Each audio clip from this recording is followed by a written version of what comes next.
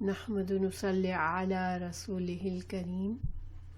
اما بعد فاعوذ باللہ من الشیطان الرجیم بسم اللہ الرحمن الرحیم یا ایہا الذین آمنوا لا تأکلوا اموالکم بینکم بالباطل إلا أن تكون تجارة عن تراض منكم ولا تقتلوا أنفسكم إن الله كان بكم رحيما۔ اس کا ترجمہ ہے، اے ایمان والو، اپنے آپس کے مال ناجائز طریقے سے مت کھاؤ مگر یہ کہ تمہاری آپس کی رضامندی سے ہو، خرید و فروخت، اور اپنے آپ کو قتل نہ کرو، یقیناً اللہ تعالیٰ تم پر نہایت مہربان ہے۔ تو یہ آج کی آیت کا پیچھے سے کیا تعلق ہے؟ پیچھے سے ہم سورہ نساء میں شروع سے ہم دیکھ رہے ہیں کہ اللہ سبحانہ تعالیٰ نے بہت سے معاشرتی اور اصلاحی احکامات نازل فرمائے اور معاشرے کے کمزور طبقے کی حقوق کی حفاظت کے لیے جو بھی پرانی جہالت کے طریقے تھے جس میں کسی کے حقوق کی کوئی تحفظ نہیں تھا، کمزوروں کے حقوق کا تحفظ کرنے والا کوئی نہیں تھا، تو اس کی وجہ سے جو رسم و رواج اور جو طریقے چل رہے تھے تو اللہ سبحانہ تعالیٰ نے ان کو ختم کرنے کے لیے بہت سے قوانین بتائے سورہ نساء میں، جیسے کہ ہم جان چکے ہیں، یتیموں کے، بیواؤں کے، کمزوروں کے، غلاموں کے حقوق بیان کیے گئے، وراثت کا قانون بیان کیا گیا۔ یہ ساری چیزیں مسلسل جو آ رہی ہیں وہ ساری کی ساری اسی پرپس سے ہے کہ معاشرے میں ایک بیلنس رہے حقوق اور فرائض کے معاملے میں۔ اور اللہ سبحانہ تعالیٰ نے جب پچھلے سبق میں ہم نے دیکھا کہ اللہ سبحانہ تعالیٰ نے احکامات کا سلسلہ روک کر انسانوں کو سمجھانے کے لیے 3 آیات ایک طرح سے نازل فرمائی، جس میں اللہ نے فرمایا کہ یہ جو بھی احکامات آ رہے ہیں وہ اس لیے ہے کہ اللہ سبحانہ تعالیٰ تمہارے لیے تم پر رحم کرنا چاہ رہا ہے، اللہ سبحانہ تعالیٰ تم کو اچھے طریقے بتانا چاہ رہا ہے جن پر چل کر پچھلے لوگ، ہمیں قرآن بتاتا ہے کہ حضرت آدم علیہ السلام کے بعد جتنے بھی رسول آئے وہ سب اللہ کی طرف سے وہی ایسے ہی پیغامات، ایسے ہی احکامات لائے جن میں انسانوں کے لیے بھلائی ہو، انسانوں کا تحفظ ہو۔ تو اللہ سبحانہ تعالیٰ نے ہمیں بتایا کہ 2 ریزنز بتائی ہیں اپنے احکامات کی۔ ایک تو ان احکامات سے تم اس راستے پر چل پڑو گے جن پر چل کر لوگ اللہ کے رحمت اور اللہ کی رضامندی حاصل کر چکے ہیں ماضی میں۔ دوسرا یہ کہ جو لوگ ظلم اور زیادتی، اللہ کی نعمتوں کو پا کر ظلم اور زیادتی کا طریقہ استعمال کر لیتے ہیں، ایسے رسم و رواج بنا لیتے ہیں، ایسے خود ساختہ قانون بنا لیتے ہیں جس کی وجہ سے کمزوروں کا کوئی تحفظ نہیں ہے، کمزوروں کے حقوق جو ہے وہ پامال کیے جاتے ہیں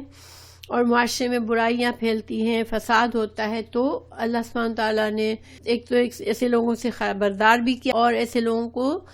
سخت وعید اور سخت سزا کی تنبیہ بھی دی۔ پھر اس کے بعد اب دوبارہ جو ہے اللہ سبحانہ تعالیٰ پھر سے احکامات کا سلسلہ جاری کیا۔ گویا یہ اللہ سبحانہ تعالیٰ کا طریقہ ہے کہ واعظ و نصیحت بھی ساتھ ساتھ چلتی ہے، احکامات آتے ہیں پھر کچھ واعظ و نصیحت ہوتی ہے، پھر کچھ احکامات آتے ہیں پھر واعظ و نصیحت ہوتی ہے، تاکہ انسانوں کے ذہن میں یہ چیزیں بیٹھ جائیں کہ ان احکامات کا فائدہ اور ان پر نہ چلنے کے نقصان بھی پتہ چلتے رہے۔ پھر آج کے سبق میں اللہ سبحانہ تعالیٰ نے ہمیں بہت اہم بات یہ بتائی کہ 2 انسانوں کی جان اور مال کے تحفظ کیوں ضروری ہے، کیونکہ اسلام جو ہے وہ جتنے بھی اسلام کے ہم قوانین دیکھیں تو اس میں انسانوں کی جان کی تحفظ ہے، مال کا تحفظ ہے، عزت کا تحفظ ہے، اس کے دین کا تحفظ ہے، اس کی عقل کے تحفظ ہے. کسی انسان کو کوئی تحفظ نہیں حاصل ہوگا اگر دنیا سے اللہ کے قوانین پر عمل کرنا مکمل چھوڑ دیا جائے تو ایک فساد اور اندھیرا، ظلم اور زیادتی کے اندھیرے چھا جائیں گے. تو یہ مقصد ہے. تو آج کی آیت میں جو ہم نے جیسے ابھی ترجمہ میں نے پڑھا تو آپ سے اللہ سبحانہ تعالیٰ نے فرمایا ایمان والو آپس کے مال ناجائز طریقے سے مت کھاؤ. ٹھیک ہے، اب ہم اس کو لفظی طور پر دیکھتے ہیں. یا ایھا الذین آمنو، اے لوگو جو ایمان لائو، لا تأکلوا، نہ تم کھاؤ، اموالکم، مال اپنے، بینکم، آپس میں، بالباطل، باطل طریقے سے. اب دیکھیں پہلی بات، مسلمانوں کو اللہ سبحانہ تعالیٰ نے یہاں پر مخاطب کیا ہے، ایمان والوں کو مخاطب کیا ہے. اور لا تأکلوا، کھانے کا لفظ عام طور پر استعمال ہوتا ہے، لیکن اس کا یہ مطلب نہیں ہے کہ کوئی کسی کا مال کھا جائے. یہ ایک طریقہ ہے کہنے کا کہ کسی کے بھی دوسرے انسانوں کے مالوں میں اگر ہم ناجائز طریقے سے ان کو اپنے لیے حاصل کر لیتے ہیں تو اس کو مال کھا جانا ہی کہلاتا ہے. تو تم یہ کام نہ کرو، اپنا دوسروں کے ساتھ یہ زیادتی نہ کرو. اموالکم، تمہارے مال، ترجمہ لفظی تمہارے مال ہے. تو تمہارے سے کیا مطلب ہے؟ چونکہ مسلمان تمام آپس میں ایسے ہی ہیں جیسے بھائی بھائی ہوتے ہیں، تو اپنے بھائی کی چیز اپنی ہی ہوتی ہے. لیکن تم اپنے بھائی کی چیز کو ناجائز طریقے سے ضائع کرو گے تو گویا تم نے اپنی ہی چیز کو ناجائز طریقے سے ضائع کر دیا. تو تم مالوں کو نہ کھاؤ، بینکم، آپس میں، بالباطل. باطل کیا ہوتا ہے؟ دھوکہ، فریب، جعل سازی، ملاوٹ. کوئی تمام کاروبار جن سے شریعت نے منع کیا وہ بھی اس میں آ جاتے ہیں. چوری کرنا، ڈاکہ ڈالنا، غصب کرنا، رشوت دینا، سود کھانا، سودی کاروبار میں انوالو ہونا، سود کے معاملات میں جانا، بے حیائی، قمار سازی، نشہ آور چیزوں میں خرچ کرنا، یا ایسے انٹرٹین میں جو کہ الاؤڈ نہیں ہے، جائز نہیں ہے، حرام چیزیں. یعنی چاہے پھر اب اپنا مال ہے، یعنی انسان اگر اپنا ہی مال ایسے چیزوں میں ضائع کرتا ہے جیسے اسے ایسی انٹرٹینمنٹ کی چیزوں میں، یا نشہ آور چیزوں میں، یا قمار بازی میں، یا رشوت کسی کو دیتا ہے اپنے مال میں سے، یا سود والے معاملات کرتا ہے، تو خود اپنا مال بھی یہ ناجائز باطل طریقے سے استعمال کرنا ہے. اور اپنے بھائیوں کا مال چوری سے، ڈاکہ ڈالنا، چوری کرنا، دھوکہ دینا، کسی کو فریب سے کسی کے ساتھ جعل سازی کرنا، یا مال میں کوئی ملاوٹ کر کے بیچنا، ناپ تول میں کمی کرنا، یہ سارے کے سارے باطل طریقے ہیں. اسی طرح جن چیزوں کو اللہ نے حرام کیا ہے جیسے کہ شراب ہے، تو شراب جن چیزوں کو بھی حرام کیا ہے ان کا کاروبار کرنا بھی وہ بھی باطل ہے. تو باطل طریقے سے کوئی کام نہ کرو جہاں تک مال انوالو ہے، مال کا معاملات ہے، میں کوئی بھی باطل طریقے سے نہ کرو. اور اس میں اسراف بھی آ جاتا ہے. دیکھیں اگر بعض اوقات آج کل اگر ہم دیکھیں جن کے پاس ہے وہ مال ہے، وہ شادی بیاہ پر بہت زیادہ، حد سے زیادہ دکھاوا کرتے ہیں، حد سے زیادہ اخراجات کرتے ہیں. تو یہ بھی کیا ہے؟ یہ بھی باطل طریقے سے استعمال کرنا ہے. اللہ کی نعمت، اللہ نے ہمیں مال دیا ہے تو اس کا مطلب یہ ہے کہ ہم اس مال کو زیادہ سے زیادہ اس طرح خرچ کریں کہ ہماری دنیا بھی صحیح گزرے اور ہمارے لیے آخرت کا بھی کچھ فائدہ ہو. مال اللہ کی بہت بڑی نعمت ہے. اس نعمت کو غلط طریقوں سے، غلط کاموں میں استعمال کرنا، یا اسراف یا دکھاوے میں استعمال کرنا، یہ صحیح نہیں ہے. یہ سارا کا سارا جو ہے وہ باطل طریقہ ہے. تو اللہ سبحانہ تعالیٰ یہاں مال کے تحفظ کی بات کر رہے ہیں کہ مال جو ہے یہ اللہ کی نعمت ہے، اور مالی معاملات میں بھی اللہ کی فرما برداری بے حد ضروری ہے. کہ یہ مال، اس نعمت، اللہ کی ہر نعمت کو ہی ویسے تو ایک مسلمان کو پر جائز نہیں ہے کہ اللہ کی نعمتوں کو غلط طریقے سے استعمال کرے. ہر نعمت کے ساتھ ذمہ داری ہوتی ہے، ہر نعمت کا ایک حق ہوتا ہے کہ اس نعمت کو کس طرح سے استعمال کرے اور پھر انسان شکر گزار بنے اللہ کا. تو بہرحال اب مال کے علاوہ اللہ تعالیٰ نے اجازت دے دی کہ تم تجارت کر سکتے ہو، آپس میں لین دین کر سکتے ہو، مگر کیسے کہ اب آپس کے لین دین اور تجارت میں بھی تمہیں کچھ چیزوں کا خیال رکھنا ہے کہ وہ تجارت ایسی نہ ہو جس میں دھوکہ یا فریب ہو، یا کسی بھی ایک پارٹی، دو فریقین ہوتے ہیں تجارت میں، تو کسی ایک کا بھی نقصان نہ ہو رہا ہو. اور یہاں اللہ سبحانہ تعالیٰ نے صرف تجارت کہا ہے، اس کا مطلب یہ نہیں کہ تجارت ہی مخصوص ہے. کوئی بھی کام، جیسے پیسے کمانے کے لیے انسان مزدوری بھی کرتا ہے، اس میں بھی وہ بھی اس میں شامل ہے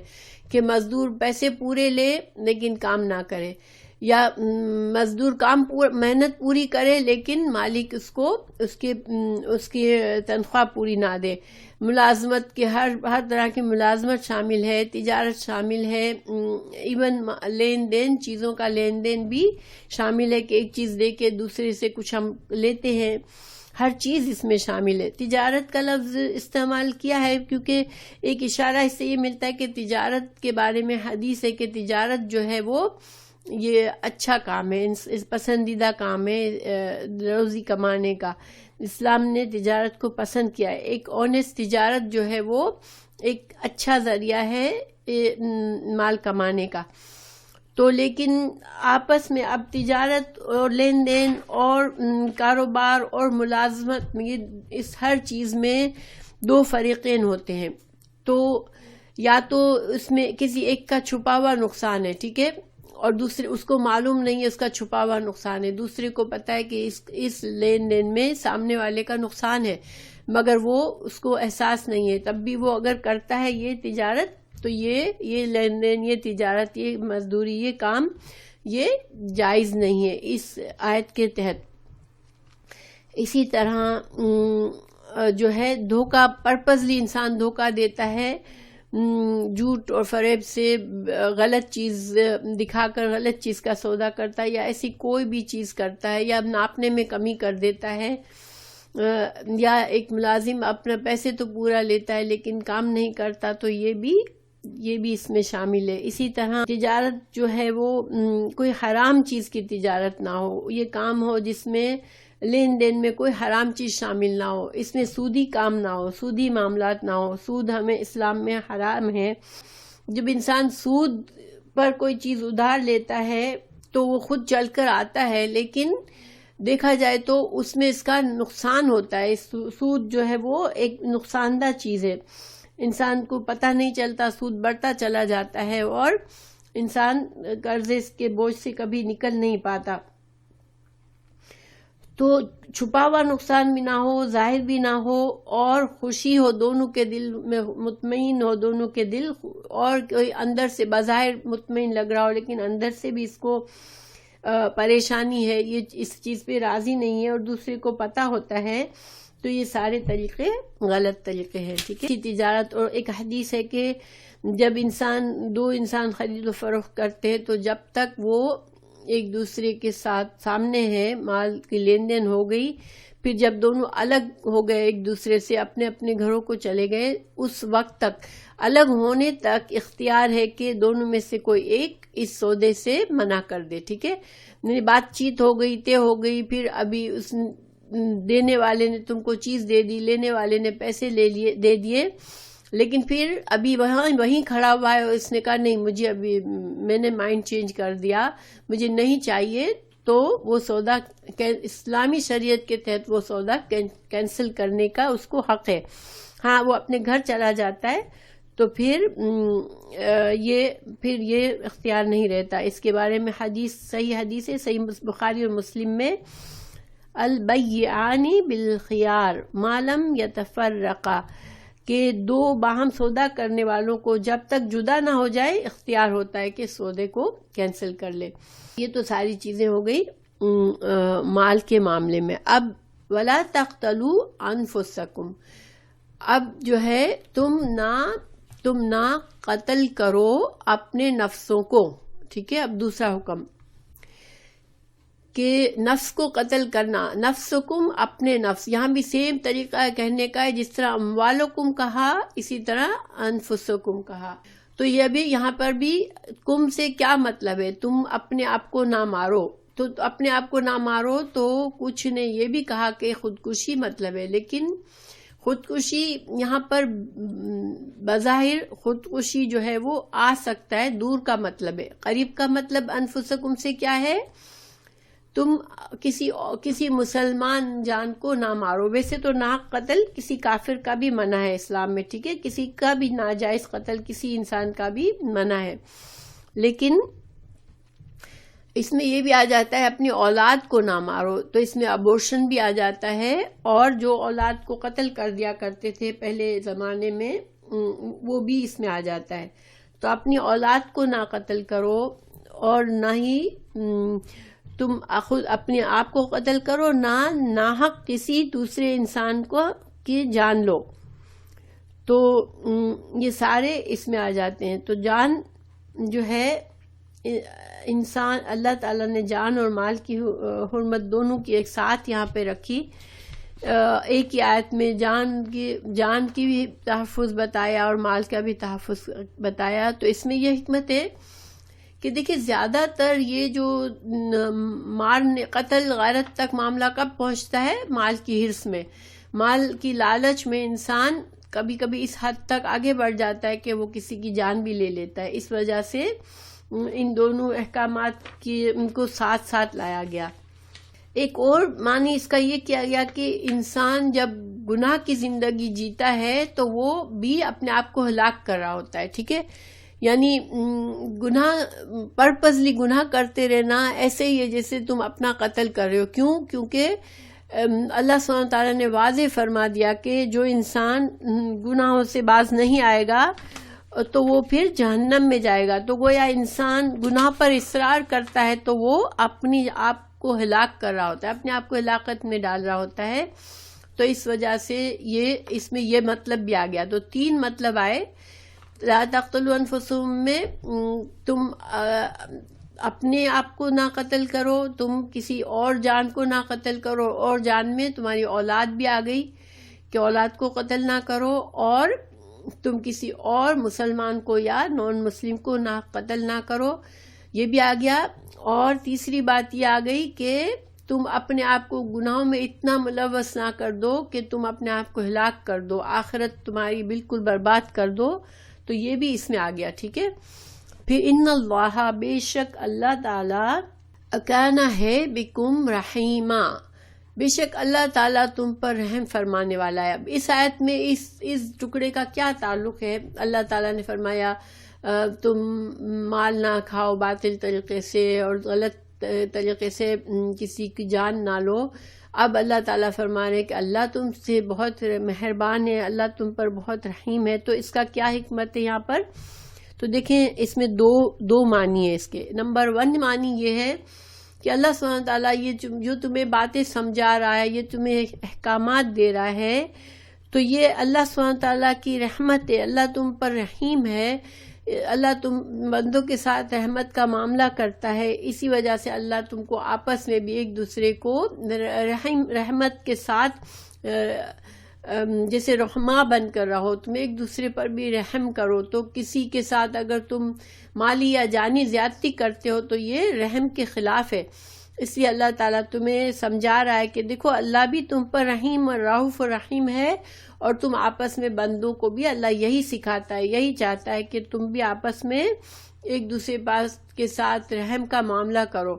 تو یہ بات ہے، ٹھیک ہے، کہ اللہ رحیم ہے کیونکہ اللہ نے تمہیں یہ سکھا رہا ہے، اللہ تمہیں کہ دیکھو اللہ نے تم پر رحمت کی، اور تم بھی اللہ تم سے بھی یہی پسند کرتا ہے کہ تم دوسروں پر رحم کرو. اور دوسرا اس کا مطلب یہ نکالا گیا کہ جو اگلی آیت ہے اس میں اللہ تعالیٰ نے ان لوگوں کے لیے وعید بتائی ہے جو کہ ظلم اور زیادتی کرتے ہیں، اللہ کے احکامات کو نہ مانتے ہوئے لوگوں کے ساتھ بھی ظلم و زیادتی کرتے ہیں. تو پھر اللہ کی رحمت ہے کہ اللہ ایسے لوگوں کو سزا دے گا، ٹھیک ہے. یعنی کہ اللہ کا سزا دینا نافرمانوں کو یہ بھی اللہ کی رحمت ہے، کیونکہ اللہ عدل نہ کرے اگر اور ایسے ظالموں کو سزا نہ دے جو دوسروں پر ظلم کرتے رہتے ہیں تو پھر یہ عدل کے خلاف ہے۔ تو اللہ سبحانہ تعالیٰ کا یہاں رحیم ہونا اس دو معنی میں آیا ہے، ایک تو اوپر والے ٹکڑے کے ساتھ ہے اس کا تعلق کہ اللہ رحیم ہے اس لیے کہ وہ اللہ تم کو ایسے اچھے احکامات سکھاتا ہے جس کی وجہ سے تم آپس میں ایک دوسرے سے رحم کا معاملہ کرو، اور اللہ رحیم ہے کہ وہ ایسے مجرموں کو سزا دے گا جو کہ زیادتی کر کے دوسروں کے ساتھ دوسروں کا نقصان کرتے ہیں۔ تو ہم اگلی آیت پڑھتے ہیں، من یفعل، اور جو ایسا کرے گا، ذالک، یہ یعنی یہ سے مطلب کیا ہے، جو جن چیزوں کا اللہ نے منع کیا وہ کام تم جو کرے گا، یعنی باطل طریقے سے لوگوں کا مال کھائے گا یا باطل طریقے سے لوگوں کو ناحق قتل کرے گا، تو پھر ایسا کرنے والے کو اگر وہ عدوان، یہ زیادتی ہے اور وہ زیادتی سے کرتا رہے گا ایسے کام، اور عدوان کا بھی مطلب یہی ہوتا ہے، ظلم کا بھی، ان کا دونوں کا سملر معنی ہوتا ہے، لیکن یہاں عدوان اور ظلم ساتھ ساتھ آ گئے ہیں۔ تو عدوان سے پھر ہم جب دونوں ساتھ ساتھ مطلب ہے تو عدوان سے ہم یہ مطلب لیں گے کہ وہ غلط طریقوں سے دھوکہ دے کے اور لوگوں کو جھوٹ بول کے اس طرح سے لوگوں کے حقوق کو غصب کرتا ہے، زیادتی کرتا ہے، حدوں کو توڑتا ہے اللہ کی، اور ظلم جو ہے وہ دھاندلی کر کے، غنڈہ گردی کر کے، زبردستی کر کے لوگوں کی حق تلفی کرنا۔ تو یہاں پر یہ دونوں لفظ ہیں کہ جس نے یہ کام کیا، فسوفا، تو ان قریب، نسلیہی، ہم اس کو داخل کریں گے، نار، آگ میں۔ اچھا، نار جہنم ہے یہاں پر، مطلب کہ ہم ان کو جہنم میں داخل کریں گے، تو نار ہونا چاہیے تھا، اس کے بجائے نارن کہا۔ تو یہاں پر عربی زبان کے قاعدے کے تحت جب نار معرفہ آنا چاہیے، ال کے ساتھ آنا چاہیے، خاص، کیونکہ آگ جہنم کی آگ ایک ہی ہے، خاص ہے، لیکن اس کو اگر نکرہ سے، یعنی کہ نکرہ ہوتا ہے عام چیز جس کی کوئی پہچان خاص نہیں ہوتی، کوئی بھی آگ، ٹھیک ہے، تو نکرہ سے اس کو بتایا جائے تو اس میں مبالغہ آ جاتا ہے، یعنی کہ سخت بھڑکتی ہوئی آگ، ٹھیک ہے، یعنی سختی کو اظہار کرنے کے لیے کہ اس سخت آگ میں اللہ ان کو داخل کرے گا۔ تو یہاں پر دیکھیں بہت ڈرنے اور سوچنے کی بات یہ ہے کہ یہاں پر مسلمانوں سے بات ہو رہی ہے، ٹھیک ہے۔ یہ آیات جو ہے وہ آپ نے دیکھا کہ شروع کہاں سے ہوئی تھی، یا ایھا الذین آمنوا سے بات ہوئی تھی شروع، تو مسلمانوں سے بات ہو رہی ہے، لیکن جہنم کی دھمکی مسلمانوں کو دی جا رہی ہے، سخت آگ کی دھمکی مسلمانوں کو دی جا رہی ہے جو کہ عدوان اور ظلم کرتے ہیں دنیا میں، لوگوں کا مال باطل طریقے سے کھاتے ہیں، اپنا مال باطل طریقے سے استعمال کرتے ہیں، جس کی میں نے مثالیں دے دی آپ کو، یا ظلم، یا لوگوں کی جان لے لیتے ہیں، یا اپنی اولاد کو قتل کرتے ہیں، یا اپنی جان لے لیتے ہیں، یا اپنے آپ کو اتنے گناہوں میں ڈال کر اپنی جان پر ظلم کرتے ہیں۔ تو یہ سارے جو کام کرے گا اللہ تعالیٰ نے بتا دیا اس کے بعد بھی، تو پھر وہ سخت آگ میں جائے گا۔ وَكَانَ ذَلِكَ، اور یہ بات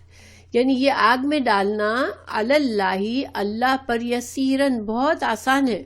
اب اللہ سبحانہ تعالیٰ یہ کیوں بتا رہے ہیں کہ لوگوں کو آگ میں ڈالنا،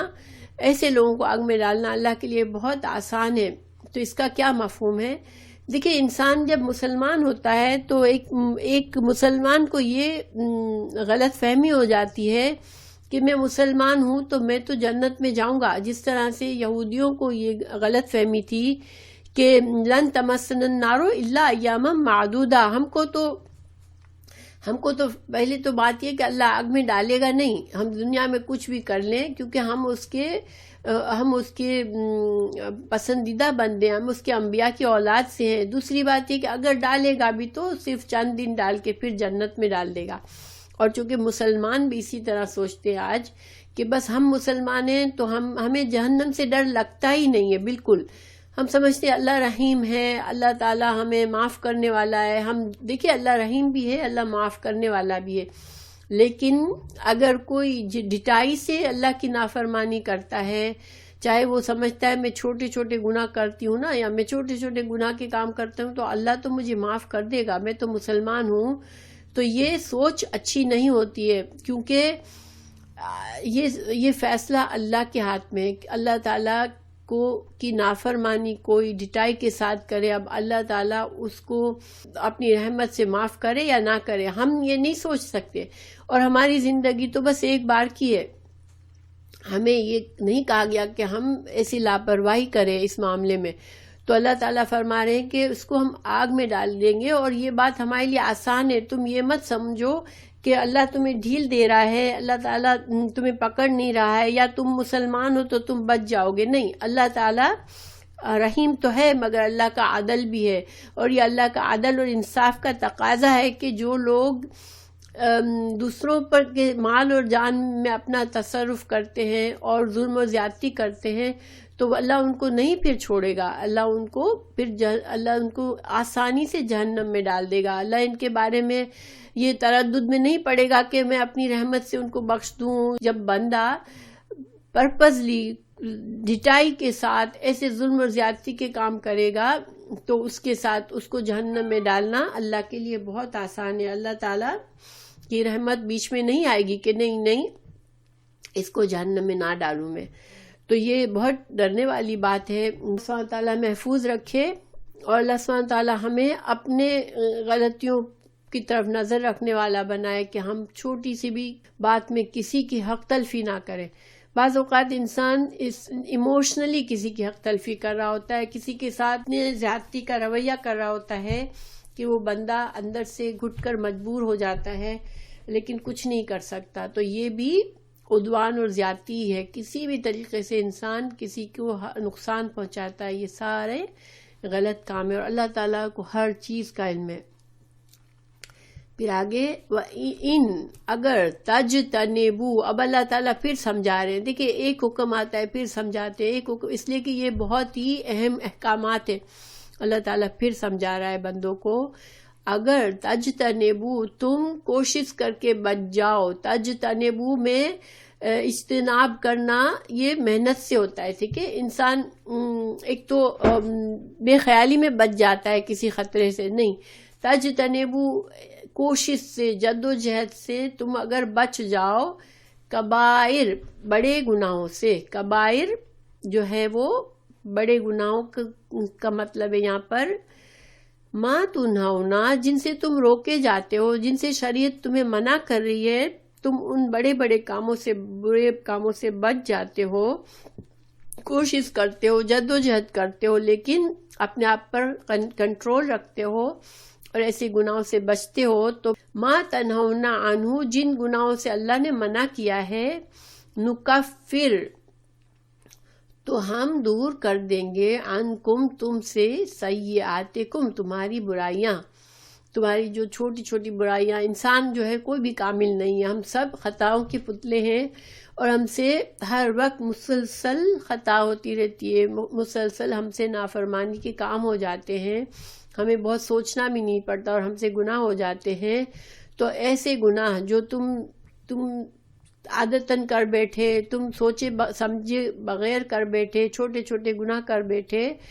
تو اللہ سبحانہ تعالیٰ وہ تم سے دور کر دے گا ان چھوٹے گناہوں کو، وَنُدْخِلْكُمْ، اور تم کو داخل کرے گا، مدخلن، داخل کرنا، مدخلن کے دو معنی ہیں، ایک تو داخل کرنا یا ایک داخل کرنے کی جگہ، تو اللہ تم کو داخل کرے گا کریمن، عزت والی جگہ میں، تو اس ٹکڑے کے دو معنی ہیں، ایک اللہ تم کو داخل کرے گا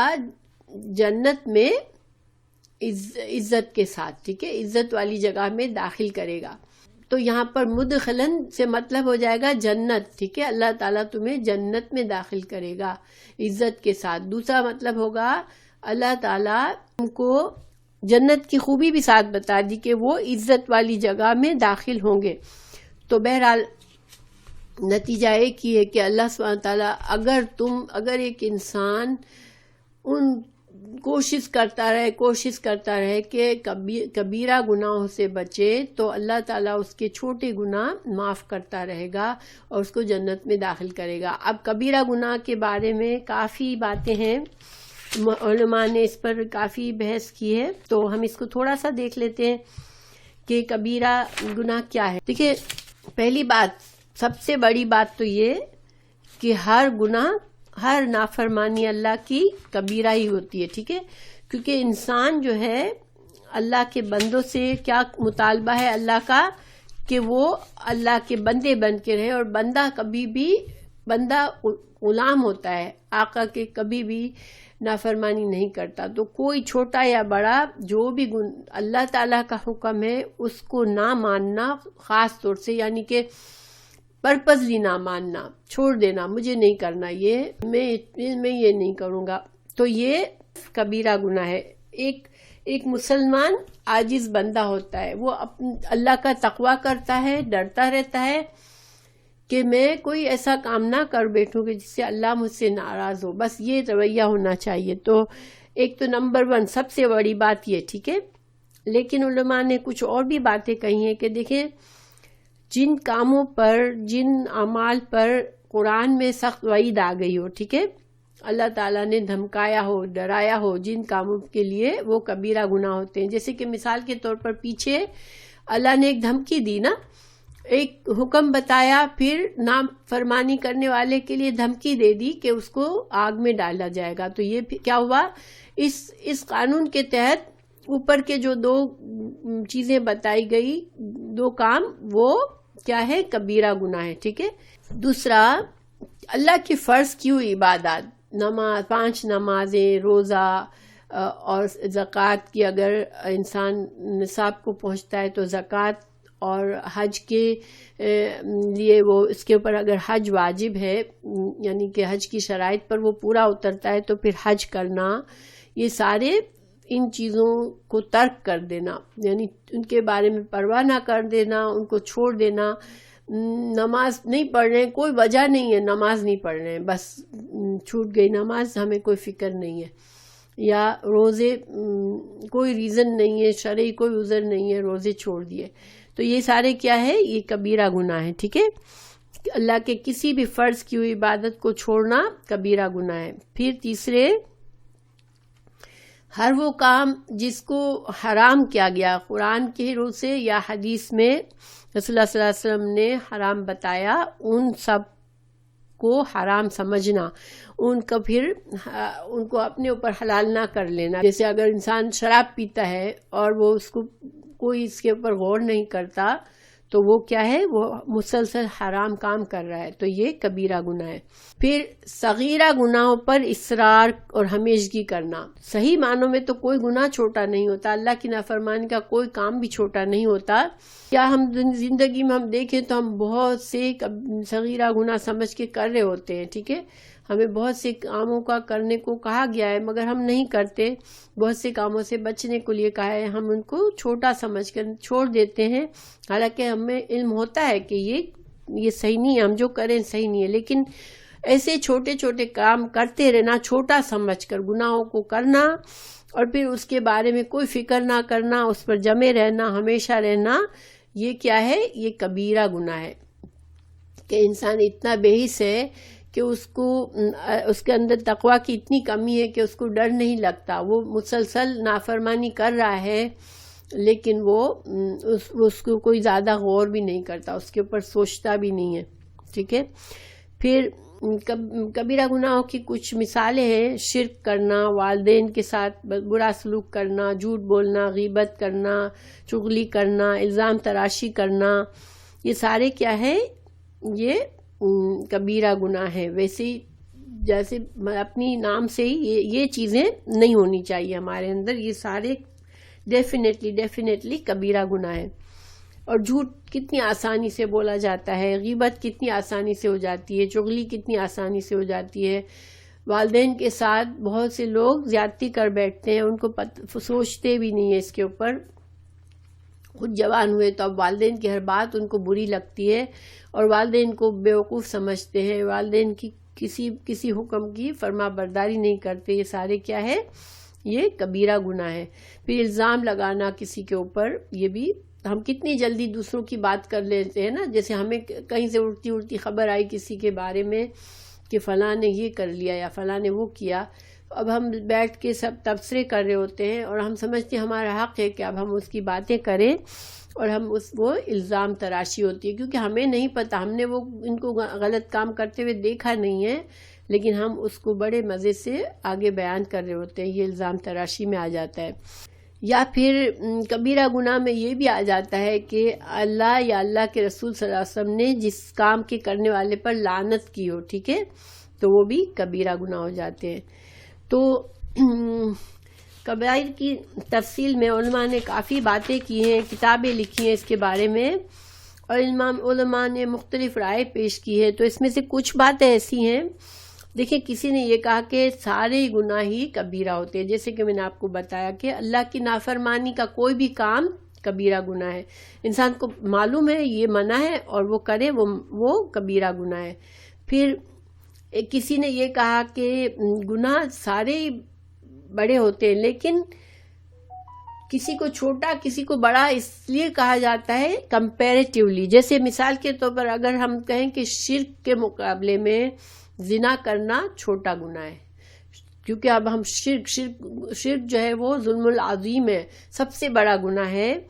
اللہ کے ساتھ شریک کرنا، تو پھر زنا اس کے مقابلے میں چھوٹا ہو گیا۔ کسی نے کہا شرک سے جو بچا اس کی باقی گناہ معاف ہو جائیں گے۔ اللہ تعالیٰ نے قرآن میں فرمایا کہ ان اللہ لا یغفر ان یشرک بہ ویغفر ما دون ذلک لمن یشاء۔ تو اس آیت سے کہ اللہ تعالیٰ شرک کو معاف نہیں کرے گا اور ان کے علاوہ گناہوں کو وہ جن کے ساتھ چاہے گا ان کو معاف کر دے گا، اس کا ترجمہ یہ لیا گیا کہ مثال کے طور پر انسان دنیا سے مر جاتا ہے تو شرک کے اوپر مرنے والا تو ڈیفینیٹلی جہنم میں جائے گا، اور جو باقی گناہ کر کے مر گیا اس نے توبہ نہیں کی تھی، تو اب وہ اللہ کا معاملہ ہے، چاہے تو وہ کچھ عرصہ جہنم میں ڈالنے کے بعد پھر معاف کر دے، چاہے تو وہ اللہ سبحانہ تعالیٰ غفور رحیم ہے، اس کو صرف اس کا ایمان اس کو اتنا پسند آ جائے اس آدمی کا کہ اللہ اسے معاف کر دے، مگر یہ اللہ کا معاملہ ہے۔ ہم یہ کانفیڈنس میں نہیں رہ سکتے کہ چونکہ ہم شرک نہیں کر رہے اس لیے ہم گناہوں سے ہمیں تو ہماری مغفرت جو ہے پکی ہے۔ اور ویسے شرک بھی بہت تفصیل ہے، شرک کی بھی، ہم اپنے نفس کی اپنی ہر خواہش کے پیچھے بھاگتے ہیں تو یہ بھی شرک ہے، کیونکہ پھر یہ قرآن میں یہ بتایا گیا کہ جو لوگ اپنے نفس کو الہ بنا لیتے ہیں، تو اگر انسان اپنی ہر خواہش پر دم توڑنے لگتا ہے کہ میری یہ خواہش پوری ہونی ضروری ہے، بس ہر حال میں پوری ہو، تو یہ بھی شرک ہے، یہ نفس کا شرک، انسان اپنے آپ کو اپنے نفس کو الہ بنا دیتا ہے۔ تو شرک کیا ہے، اس سے بھی ڈرنا چاہیے، جسٹ بیکاز ہم کسی بت کے آگے نہیں بیٹھتے تو ہم کو یہ نہیں سوچنا چاہیے کہ ہم جو ہے وہ شرک سے بچے ہوئے ہیں تو ہمارے باقی گناہ تو معاف ہو ہی جائیں گے، کیونکہ اللہ نے کہا کہ اللہ تعالیٰ شرک کو نہیں معاف کرے گا، باقی گناہوں کو جس سے چاہے گا معاف کر دے گا، لیکن یہ ہمارے سوچنے کی بات نہیں، یہ تو اللہ تعالیٰ کی رحمت کا ذکر ہے کہ شرک کی قباحت کو بتانا ہے کہ شرک اتنا بڑا گناہ ہے کہ وہ ہرگز معاف نہیں ہوگا۔ حضرت عبداللہ بن عباس نے کہا کہ کبائرہ وہ گناہ ہے جن پر اللہ نے آگ کی وعید سنائی ہو، ٹھیک ہے، اور یا پھر جن گناہوں پر لعنت یا عذاب کی دھمکی دی ہو۔ پھر حضرت عباس رضی اللہ عنہ، حضرت ابن عباس عبداللہ بن عباس ہی کا قول ہے کہ کل ما نہا عنہ فہو کبیرۃ، یعنی ہر وہ چیز جس سے اللہ کے رسول نے منع فرمایا وہ سب کبیرہ گناہ ہے۔ پھر کسی نے یہ کہا کہ جن گناہوں پر حد جاری ہے، یعنی کہ جن گناہوں کے بارے میں سزا اللہ نے خود بتا دی، کہ جیسے مثال کے طور پر زنا کی سزا بتا دی کہ اگر شادی شدہ ہے تو اس کو رجم کرنا ہے، اگر غیر شادی شدہ ہے تو اس کو 100 کوڑے لگانے ہیں، تو ایسے گناہ کبیرہ ہے، باقی نہیں ہے۔ اور کسی نے یہ کہا کہ کبیرہ گناہ 7 ہے، کسی نے کہا 70 ہے، کسی نے کہا 700 ہے۔ اچھا، یہ تو سارے اقوال ہیں، ٹھیک ہے۔ خلاصہ کیا ہے کہ دیکھیں اصل بات یہ ہے کہ انسان جو ہے وہ اپنی سمجھ سے، اپنی علم سے کچھ گناہوں کو کبیرہ سمجھتا ہے، کچھ کو صغیرہ سمجھتا ہے۔ لیکن ایک اگر مومن ہے، اس کے دل میں اللہ کا تقوی ہے، تو تقوی کا تقاضا کیا ہے کہ اللہ سبحانہ تعالیٰ سے ہر وقت اس خیال کا احساس کرنا کہ اللہ کی نافرمانی کا کوئی کام مجھ سے نہ ہو، اور اگر ہو جائے تو فوراً سے توبہ کر لے. بس یہ مومن کا طریقہ ہے. غلطی سے اگر گناہ ہو گیا تو فوراً سے اللہ کی طرف پلٹ جائے، کیونکہ حدیث ہے کہ جب ہم گناہ کا کوئی ایک کام کرتے ہیں تو ہمارے دل پہ ایک سیاہ نقطہ لگتا ہے، پھر اگر ہم توبہ کرتے ہیں تو وہ ہٹ جاتا ہے، ہمارا دل پھر سے صاف ہو جاتا ہے. لیکن اگر ہم گناہ پر گناہ پر گناہ پر گناہ کرتے رہتے ہیں تو ہمارا ایک وقت یہ آتا ہے کہ انسان کا دل سخت اور کالا ہو جاتا ہے. پھر وہ دل ایسا ہو جاتا ہے، نہ اس کو کوئی نصیحت اثر کرتی ہے، نہ اس کو کسی بات سے ڈر لگتا ہے، اور وہ گناہ کو ہی انجوائے کرتا ہے، وہ گناہ کی زندگی کو ہی انجوائے کرتا ہے، یہاں تک کہ وہ جہنم میں جا پڑتا ہے. تو انسان کو اصل چیز یہ کہ انسان کو ڈرنا چاہیے، غلط کام ہو جائے تو ندامت محسوس کرنا چاہیے. کبیرہ گناہوں کی توبہ جو ہے، اچھا کبیرہ گناہوں کی ایک اور بھی ڈیفینیشن یہ ہے کہ یہ گناہ توبہ سے معاف نہیں ہوتے، ٹھیک ہے، توبہ کے بغیر معاف نہیں ہوتے. جیسے مثال کے طور پر اگر کسی نے نعوذ باللہ زنا کر لیا، اب زنا کبیرہ گناہ کی لسٹ میں، اب انسان یہ کہے کہ چلو اب میں میں اب چھوڑ دیا ہے میں نے تو بس اب معافی ہے میری، نہیں، وہ انسان خاص کانشیسلی اللہ سے معافی مانگے، ٹھیک ہے، اور پھر اپنی اصلاح بھی کرے، آئندہ نہ کرنے کا عزم بھی کرے، اور اس گناہ پر پھر پلٹنے سے بچتا رہے، تو پھر وہ گناہ معاف ہو جاتے ہیں. ورنہ کبیرہ گناہ توبہ کے بغیر معاف نہیں ہوتے. اگر کوئی انسان کبیرہ گناہ میں مبتلا رہے اور ان کو کرتا رہے اور توبہ نہ کرے تو ایسے آدمی کے لیے پھر اس کی نماز پڑھنا، اس کے چھوٹے چھوٹے نیکی کے کام کرنا، تو وہ بھی پھر یعنی جب ایسا انسان جو کہ کبیرہ گناہ میں مبتلا رہتا ہے اور ان کو کرتا رہتا ہے، توبہ نہیں کرتا، جیسے ایک شرابی ہے، شراب پیتا رہتا ہے کبھی توبہ نہیں کرتا، تو ایسے آدمی کے جو چھوٹے چھوٹے گناہ ہیں، جو بے خیالی میں سے گناہ ہوتے ہیں، وہ بھی خود بخود معاف نہیں ہوتے. حالانکہ جو انسان اس کے مقابلے میں پرپزلی سوچ سمجھ کر کبیرہ گناہوں کا استغفار کرتا رہتا ہے، ان سے بچتا رہتا ہے، تو پھر ایسے آدمی کے چھوٹے گناہ جو بے خیالی میں ہو گئے، غلطی سے ہو گئے، کمزوری سے ہو گئے، وہ اللہ تعالیٰ جب وہ نماز پڑھتا ہے تو نماز کے ذریعے یا کوئی بھی ایسے کام جن کو بتایا گیا کہ ایسے کاموں سے تمہارے گناہ صاف ہو جاتے ہیں، تو وہ گناہ پھر اس کے صاف ہوتے رہتے ہیں. یعنی کبیرہ گناہ کرنے والے کا یہ نقصان ہے کہ وہ اس فائدے سے محروم رہتا ہے. میں آگے بتاؤں گی آپ کو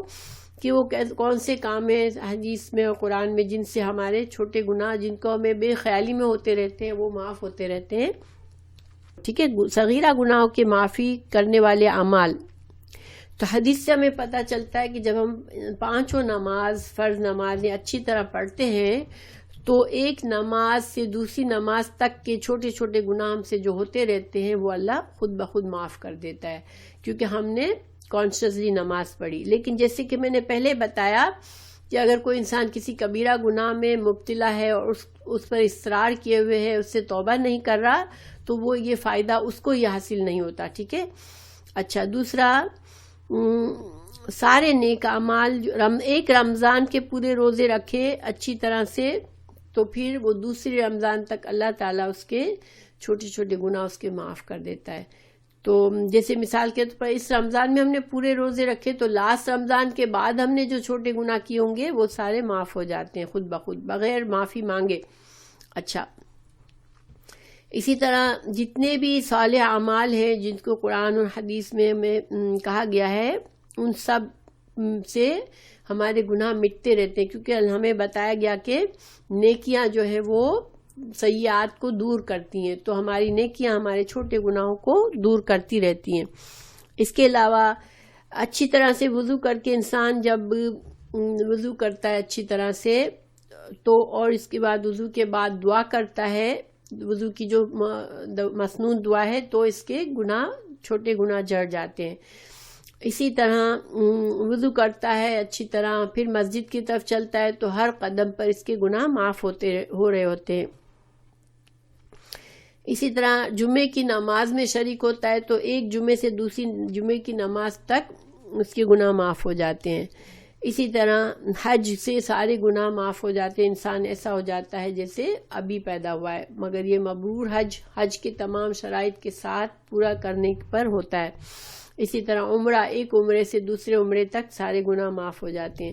اسی طرح 10 محرم کا روزہ پچھلے ایک سال کے گناہ کو معاف کا کفارہ بن جاتا ہے. اور حدیث سے ہے کہ ہمیں 10 محرم کے ساتھ 9 محرم کا روزہ ملا لیں یا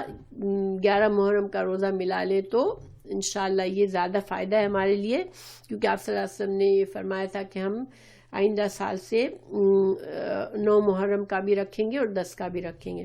اور 10 محرم کا روزہ انشاءاللہ جو بھی رکھ سکے رکھے، اس سے پورے ایک سال کے گناہ معاف ہوتے ہیں. اور 9 ذی الحج کا روزہ جو ہے، یوم عرفہ والا روزہ، جو حاجی نہیں حج کے لیے نہیں جاتے، جو اپنے گھروں میں ہوتے ہیں تو وہ رکھتے ہیں، تو ان کے 2 سال، آئندہ 1 سال اور ایک پچھلے سال کے گناہ معاف ہو جاتے ہیں. اس کا نتیجہ کیا ہوا کہ دیکھیں کیا گناہ کبیرہ ہے، کیا صغیرہ ہے. انسان اس جھمیلے میں، اس سوچ میں پڑنے کے بجائے، کیونکہ اس کا کوئی صحیح جواب نہیں ہے کہ ہاں یہ کسی عالم نے یہ نہیں کہا کہ یہ کر لو پھر باقی جو بھی گناہ کرو معاف ہو جائیں گے. نہیں، انسان کو، کیونکہ انسان کے گناہ جو ہیں وہ حالات اور نسبتوں سے اس کا نتیجہ بدلتا ہے. مثال کے طور پر میں آپ کو مثال دوں، ایک انسان کیلے کا چھلکا ایسی جگہ پر پھینکتا ہے جہاں پہ بہت سے لوگ چل رہے ہیں، سڑک کے بیچ میں پھینک دیا. اب دوسرا آدمی گرا، اس کی گردن ٹوٹ گئی اور مر گیا. اب کیا یہ چھوٹا گناہ رہا؟ نہیں، اس آدمی کے گناہ سے ایک انسان کی ناحق جان چلی گئی. جو اس آدمی کا جو گناہ ہے وہ ایک بڑا گناہ، بہت عظیم گناہ بن گیا. تو اسی وجہ سے ایک مومن جو ہے کبھی بھی لاپرواہی نہ کرے، اللہ سے ڈرتا رہے، اپنی جتنی علم ہے اس لحاظ سے وہ اچھے کام کرتا رہے اور برائیوں سے بچتا رہے. اور اگر اسے لگے مجھ سے گناہ ہوا ہے تو فوراً معافی مانگ لے، کبھی گناہوں پر اصرار نہ کریں. تو یہ انشاءاللہ یہ طریقہ ہمارے لیے بہتر ہے. تو ہمارا اگر ہم نے یہ کیا تو انشاءاللہ اللہ سبحانہ وتعالیٰ نے ہمیں یہاں پر جنت کی بصارت دی ہے، اگر ہمارا یہ طریقہ رہا. اور ویسے بھی مسلمان جو ہے وہ نیکیوں کا حریص ہونا چاہیے، مسلمانوں کو گناہوں سے رغبت نہیں ہونی چاہیے. اور دیکھیں جیسے بعض اوقات ہم انٹرٹینمنٹ آج کی زندگی میں بہت مست ہے کہ ہم انٹرٹینمنٹ ہمیں چاہیے. ہم بعض اوقات ٹی وی میں، مووی میں ایسی بے حیائی کی چیزیں دیکھتے ہیں، ہمیں پتہ بھی نہیں چلتا کہ یہ گناہ ہم کر رہے ہیں. ٹھیک ہے، اوریانی اتنی ہوتی ہے، غلط لینگویج استعمال ہوتی ہے، پھر شرکیہ چیزیں دکھائی جاتی ہیں، شرک کو پروموٹ کیا جاتا ہے، خاص طور سے انڈین موویز میں شرک کو پروموٹ کیا جاتا ہے. ہم وہ سب چیزیں بیٹھ کر دیکھ رہے ہوتے ہیں، یہ چیزیں ہم کو کانشیس اور انکانشیسلی ہمیں ایفیکٹ کرتی ہیں اور ہم سمجھتے ہیں ہم نے کچھ بھی نہیں کیا، ہم نے کوئی گناہ نہیں کیا. تو ہمیں ان چیزوں سے بھی ڈرنا چاہیے. آنکھ کے بھی اپنے گناہ ہوتے ہیں، کان کے گناہ ہوتے ہیں، انسان کی زبان کے گناہ ہوتے ہیں، دل کے گناہ ہوتے ہیں. تو انہیں انسان کو، جیسے ہم غلط چیز دیکھیں گے تو ہمارا دل میں غلط ہی سوچیں ہوتی ہیں. تو انسان کو پاکیزہ ماحول میں رہنا چاہیے، کوشش کرنی چاہیے کہ جو ہمارا فرصت کا وقت ہے وہ ہم کوئی اچھا لیکچر سننے میں گزار دیں، کوئی تلاوت سننے میں گزار دیں، کوئی اچھی بات کرنے میں گزار دیں. کیونکہ عادت کی بات ہے، ہم عادت ڈال لیں گے تو ہمیں کبھی بوریت نہیں ہوگی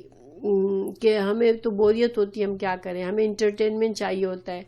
اگر ہم اچھی عادت تھوڑا سا محنت کریں گے، کیونکہ اللہ تعالیٰ نے اجتنبو کہا کہ تم کوشش کر کے بچو. اجتنبو میں محنت اور کوشش کا مفہوم ہے. اگر ہم کوشش کریں گے اللہ تعالیٰ ہمارے لیے مدد کریں گے اور اللہ تعالیٰ ہمیں گناہوں سے بچنے کی توفیق دے دیں گے. تو اللہ کی رحمت پر بہت زیادہ بھروسہ کر کے لاپرواہی سے گناہ کرنا یہ اصل میں رحمت پر بھروسہ نہیں ہے، بلکہ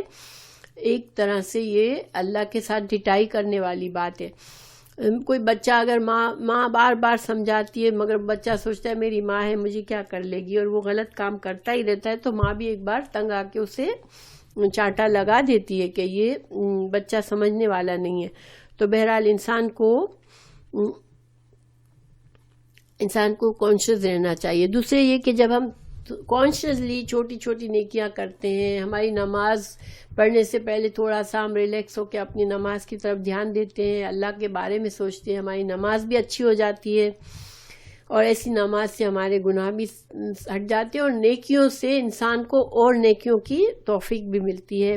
اللہ تعالیٰ جب ہم سے راضی ہوتا ہے جن کاموں سے، تو اللہ تعالیٰ ہمیں اور توفیق دیتا ہے۔ تو بہرحال جب تک ہم یہ چیزیں سنتے ہیں اور ان کو ہم اپنی زندگی میں نہیں لاتے تو کوئی فائدہ نہیں ہے۔ قرآن اور حدیث کا جو بھی علم ہم سیکھیں اس پر غور و فکر کریں تو انشاءاللہ اللہ تعالیٰ ہمارے لیے اتنا آسان کر دے گا کہ ہمیں گناہ کرنے کی خواہش بھی نہیں ہوگی، ہمارے لیے دل ہمارا نیکیوں میں ہی خوش ہوگا، اچھے کاموں میں خوش ہوگا۔ لیکن اس کے لیے ہمیں تھوڑی محنت اور کانشیس رہنا ضروری ہے، اور اپنے مال کو بھی خرچ کرتے ہوئے غور و فکر کر کے خرچ کریں انشاءاللہ، کہ اللہ کی نافرمانی کے کاموں میں بیکار خرچ نہ کریں ہم اس کو اور گناہ کمائیں۔ تو انشاءاللہ اللہ تعالی ہمیں سب ہماری حفاظت کرے، اللہ تعالی ہمیں نیکیوں سے محبت کرنے والا بنائے، ہمارے ایمان کو ہمیشہ تازہ رکھے اور ہمارا خاتمہ بالخیر کرے، ہم جب اللہ سے ملے اللہ ہم سے راضی ہو انشاءاللہ، آمین۔ جزاک اللہ خیر۔ سبحانک اللہم و بحمدک، اشہد ان